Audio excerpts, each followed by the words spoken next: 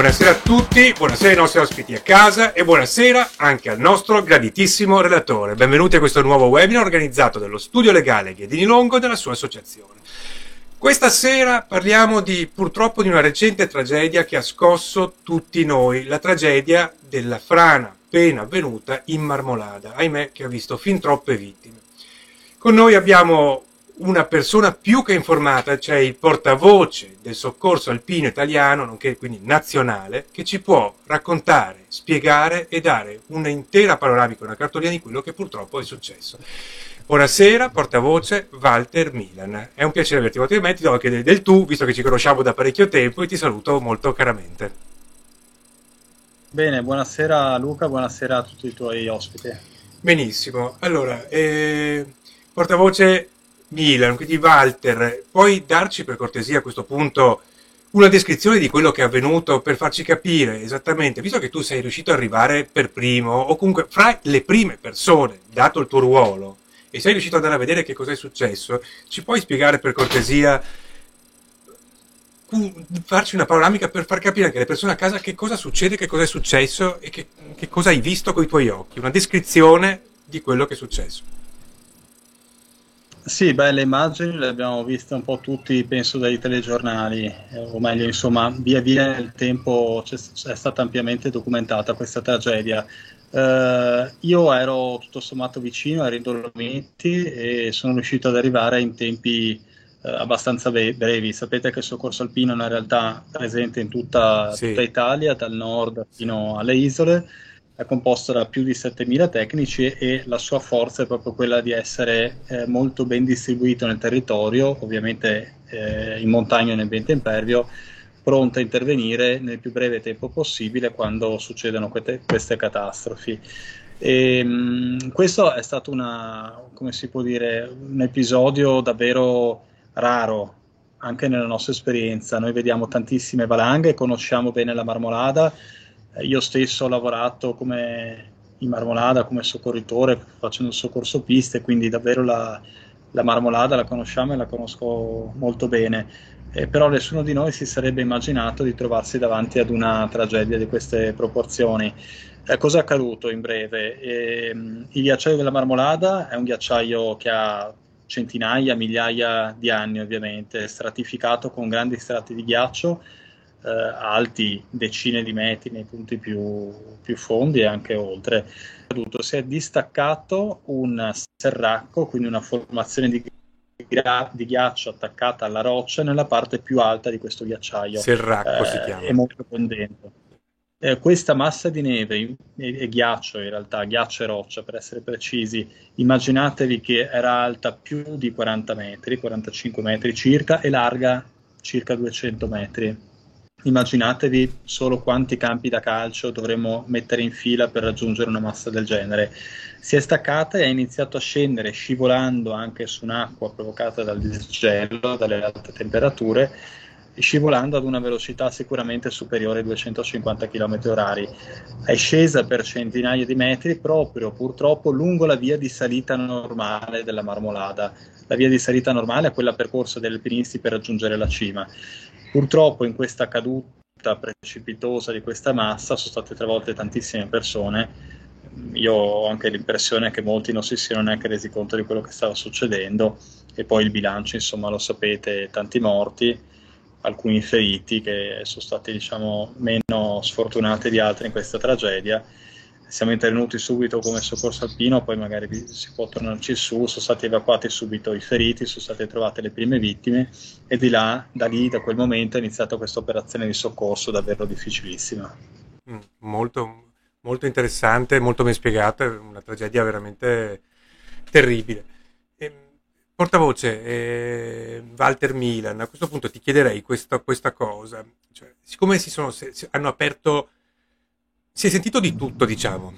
Tutti sono stati molto più esperti, perché ovviamente questo è un paese un po' che è molto ciclico, ma quello che vogliamo capire da casa, e anch'io sinceramente, era veramente prevedibile? Si poteva riuscire a capire, prevedere che sarebbe potuto accadere, oppure meno? Perché le montagne è comunque un luogo pericoloso di per sé, andare in montagna. Può succedere un po' di tutto. Quindi la domanda è proprio che ti porgiamo se era prevedibile oppure meno e quindi si sarebbe potuto evitare. Guardate, un po' cercando di analizzare la situazione come si può dire, a bocce ferme, cercando di riflettere, la domanda principale, secondo me, che dobbiamo tutti farci è: quanto esperti siamo davvero di queste tematiche? Perché, come si può dire, i veri esperti, i conoscitori della montagna, chi la frequenta ogni giorno e ne ha viste di situazioni del genere, perché insomma sono rare, ma non, come si può dire, situazioni uniche. I veri esperti dicono: su questo noi siamo poco esperti. Per cui la domanda da fare è, diciamo, la grande massa delle persone che parlano probabilmente dovrebbero interrogarsi sul loro grado di competenza, no? Qui addirittura i glaciologi, quindi quella fetta molto specializzata di persone che studiano in tutto il corso della loro vita il ghiaccio, dicono: è una situazione che non ci saremmo aspettato, o comunque diciamo sono note le dinamiche, ma è estremamente difficile prevedere quando accadono questi fenomeni. Vi faccio un altro esempio: noi sappiamo tutti che abbiamo delle aree ad alta sismicità nel Sì, paese, ai Campi Flegrei, vicino in Campania, oppure altre situazioni. Noi abbiamo la certezza che ci saranno nella storia degli eventi sismici. Adesso io sfido qualsiasi persona a poter prevedere con, come si può dire, certezza quando accadranno questi eventi. Per cui ecco, questo secondo me è un invito da parte nostra, da parte del soccorso alpino, alla prudenza in qualche modo, no? Prima di trarre conclusioni affrettate. C'è anche un momento in cui la situazione va studiata, va analizzata dal punto di vista davvero scientifico, fisico, climatologico, e dopo possiamo provare, come accade nei grandi incidenti aerei, per esempio, in cui le commissioni si ritrovano e c'è un momento di studio, dopo si può provare a trarre delle conclusioni, a trarre degli insegnamenti.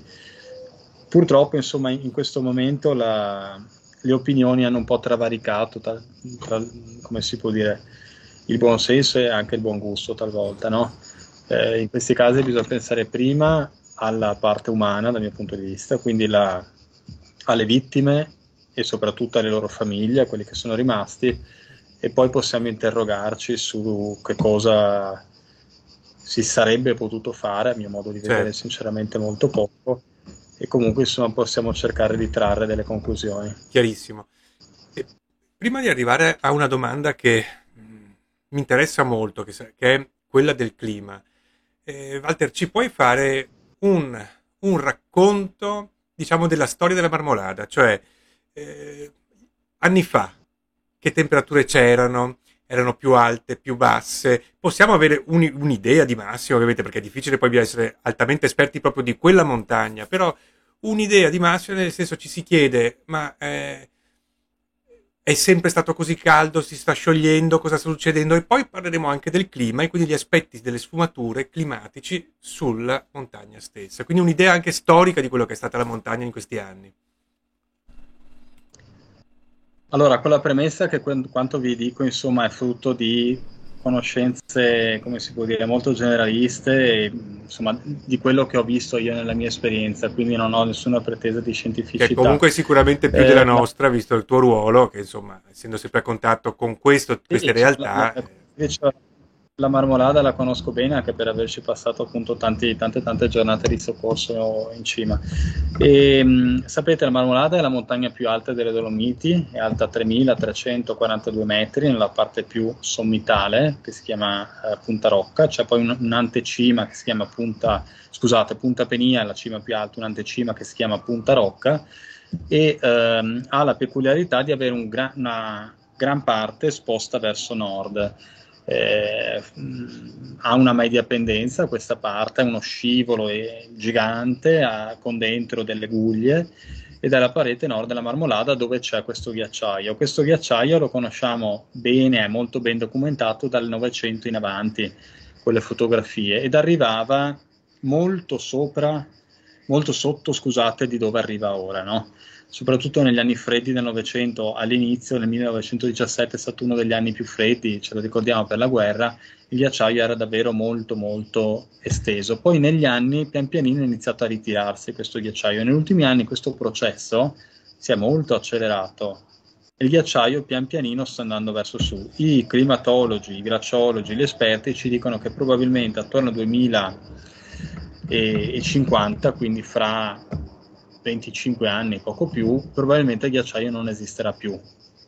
Come sta cambiando la montagna? Visivamente, ma è una cosa che si vede, anno dopo anno questo ghiaccio si abbassa come diciamo strato e si ritira. Ovviamente questo probabilmente ha provocato e provoca queste grosse instabilità, soprattutto nella parte alta, che hanno provocato questo crollo catastrofico, difficilmente prevedibile, però insomma parte di un fenomeno ben più ampio. Chiarissimo. È anche vero che poi si vedono effettivamente spesso foto sui giornali di questi ghiacciai che purtroppo continuano a ritirarsi progressivamente, fanno vedere le foto dell'anno prima e l'anno dopo. E Walter, a questo punto parliamo proprio del clima. Per tua esperienza, effettivamente hai la percezione che le montagne si stiano sempre più scaldando, c'è un clima sempre più caldo, effettivamente nevica sempre meno, anche perché la siccità di questi giorni qui potrebbe essere anche collegata alle minori piogge, anche alla minor neve che poi va a imbeve molto meno il terreno e le falde acquifere, immagino, purtroppo. No, è difficile chiederti se sia responsabilità dell'uomo, però sul clima possiamo invece farci un'idea. Ecco, esatto, la sensazione insomma suffragata da tantissimi dati, da tantissimi articoli scientifici è che appunto il clima si stia modificando, Sì. questo è chiaro. Le responsabilità poi bisogna vedere, probabilmente una parte di questo processo è dovuta anche all'uomo, o quantomeno l'uomo sta accelerando abbastanza dei processi che sono già in atto. Frequentando la montagna non è facile, non si ha un termometro diretto, a parte l'osservazione per esempio di questi ghiacciai sul cambiamento climatico. Bisogna fare delle analisi scientifiche dove si vede che praticamente anche appunto c'è un innalzamento della temperatura medio, che comunque è una linea di tendenza che va verso l'alto, e in un ambiente, in un ecosistema delicato come quello della montagna, questi cambiamenti davvero si vedono in maniera macro evidente, cioè appunto il ghiacciaio si ritira, però vediamo anche per esempio la linea della vegetazione che cambia, si sposta verso l'alto, succedono delle cose che insomma sono abbastanza facilmente osservabili. Chiarissimo, chiarissimo. I soccorsi sono partiti rapidamente e con grande efficienza. C'è qualcosa da migliorare a livello strategico sia per quanto riguarda il soccorso alpino e sia per quanto riguarda anche tutta la parte delle istituzioni che si occupano poi di trasmettere il dato, di far avviare tutti i soccorsi. Tu che sei dentro tutto questo sistema, io avevo parlato anche con Bertolaso un anno fa, è molto complessa la macchina dei soccorsi. Ci puoi dare anche in questo caso una fotografia di quello che è la situazione e di quello che potrebbe essere anche migliorabile. Allora, cerco intanto di spiegarvi più o meno come funzionano in questi casi le operazioni di soccorso. Si lavora in un'ottica che viene definita adesso multi-agenzia, cioè ci sono tante forze specializzate che concorrono ad una missione comune, cioè quindi una strategia generale, un obiettivo generale e poi una tattica per raggiungere questa strategia portata avanti dalle varie forze specializzate. In questo caso il soccorso alpino è nel suo terreno proprio, come si può dire, principe di intervento, e la legge affida, più leggi, insomma quasi 20, affidano al soccorso alpino il coordinamento degli interventi di questo tipo, per cui diciamo la parte prettamente di soccorso viene organizzata dal soccorso alpino, e questo è stato molto efficiente, cioè la risposta primaria è stata davvero velocissima. Considerate che nell'arco di circa 40 minuti sul terreno, diciamo, dell'incidente, dove c'è stato questo crollo del Serracco, c'erano già 5 elicotteri. Nella seconda giornata ce n'erano 11 e questi elicotteri hanno portato su e giù squadre, cinofili, soccorritori, materiali. I feriti sono stati alcuni intubati sul posto e portati via, e quindi insomma la risposta è stata molto rapida. Poi via via questa macchina dei soccorsi si allarga con il coordinamento principale delle istituzioni di protezione civile, quindi del Dipartimento di Protezione Civile e delle strutture locali di protezione civile, in questo caso le 2 protezioni civili di Trento e della Regione Veneto.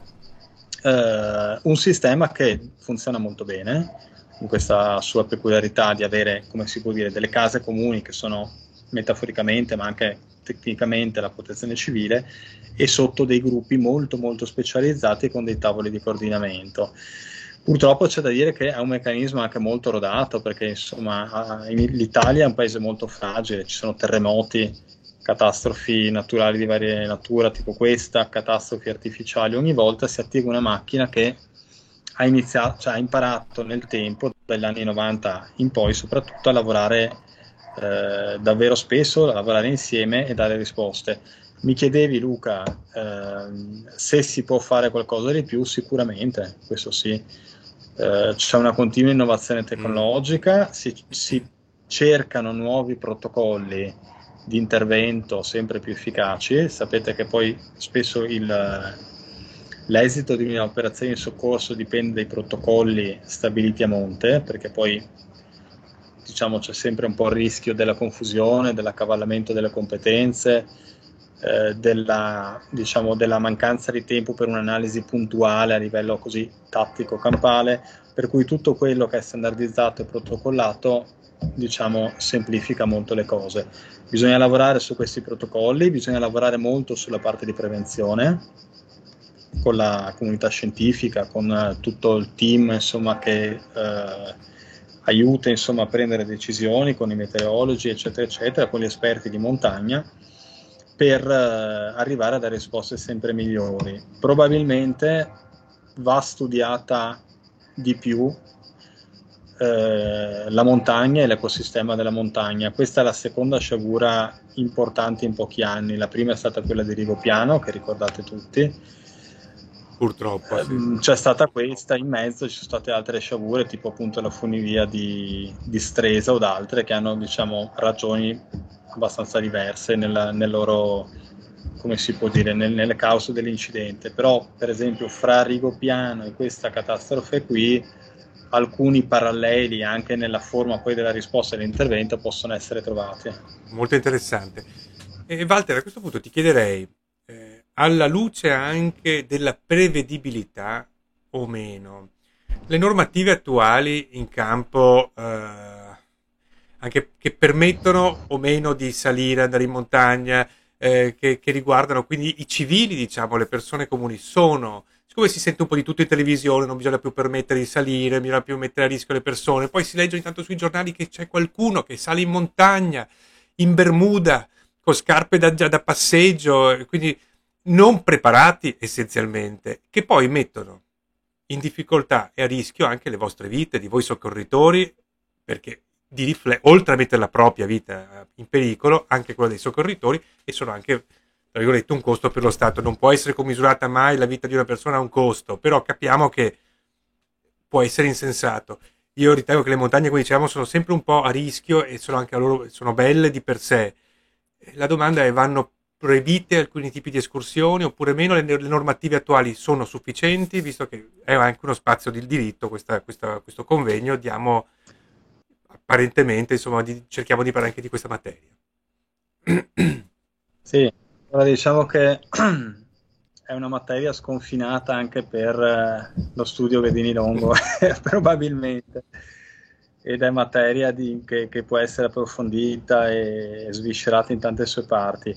Anche qua le risposte univoche non sono semplici, nel senso la normativa è ampia, è in corso in alcune sue parti di revisione, per esempio la legge, è stata fatta una legge piuttosto recente che norma gli sport invernali e gli sport sulla neve, anche poi in vista dei grandi appuntamenti come le Olimpiadi ed altro. Si è cercato di normare quello che è un campo molto difficile, perché qui stiamo parlando di normare l'approccio ad alcune leggi della natura sostanzialmente, no? Non è facile.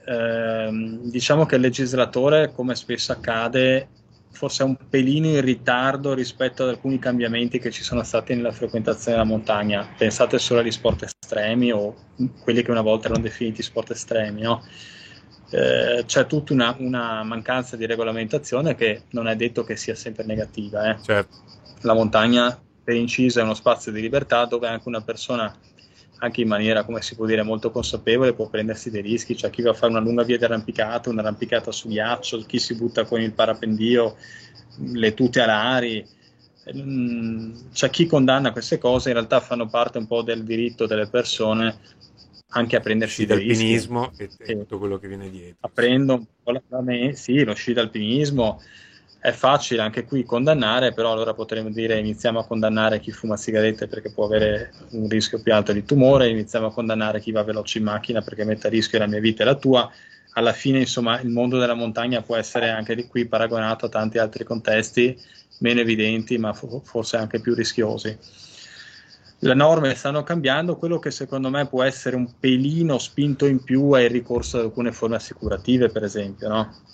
Che potrebbero essere introdotte in via obbligatoria. Come per lo sci, chi fa certe attività. È obbligatorio adesso. Esattamente. E qui la legge, caro Luca, è stata previdente, no? Adesso da un anno sappiamo che è stata introdotta l'assicurazione per le piste da sci. Qualcuno potrebbe dirci mettiamo un obbligo assicurativo anche per altre fattispecie di attività sportive. Sono assicurazioni che spesso costano davvero poco, poche decine di euro l'anno, e talvolta ci mettono anche al riparo dal pagare talvolta conti salati nel caso di missioni, per esempio con l'elicottero, se la persona è illesa, si è cacciata nei guai per imperizia o per, come si può dire, sottovalutazione del rischio, ti venga a prendere con l'elicottero e tu sei in Bermuda su ghiacciaio e magari ti viene addebitato il costo, che non è poco, insomma. Per cui, per rispondere alla tua domanda, la normativa, a mio modo di vedere, copre alcuni ambiti e sarebbe bello studiare però con gli esperti, con chi in montagna ci va e la frequenta, anche dei possibili sviluppi nuovi. Chiarissimo.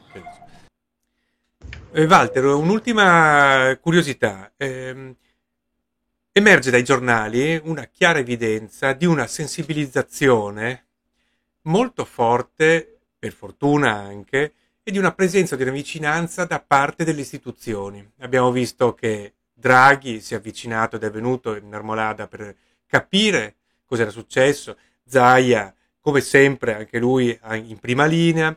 Ho letto anche di Fedriga. E da quello che emerge c'è una chiara sensibilizzazione da parte di tutte le forze politiche, delle istituzioni nel loro insieme, verso le montagne e queste tragedie. E anche, quindi, verso il soccorso alpino, un corpo fondamentale ed essenziale che è sempre stato a fianco delle persone. Ritieni che sia un inizio di una nuova sintonia con le istituzioni, che sia un buon segno? Cosa ne pensi? Ma sicuramente, come tu giustamente facevi notare, c'è stato un forte segnale da parte delle istituzioni. Il Premier Draghi ha voluto essere il giorno dopo in Marmolada, il giorno dopo l'incidente in Marmolada. E vi dico ha voluto esserci perché, insomma, vi racconto un po' l'aneddoto. Stavano giungendo con l'elicottero il Premier Draghi e il capo della Protezione Civile Curcio.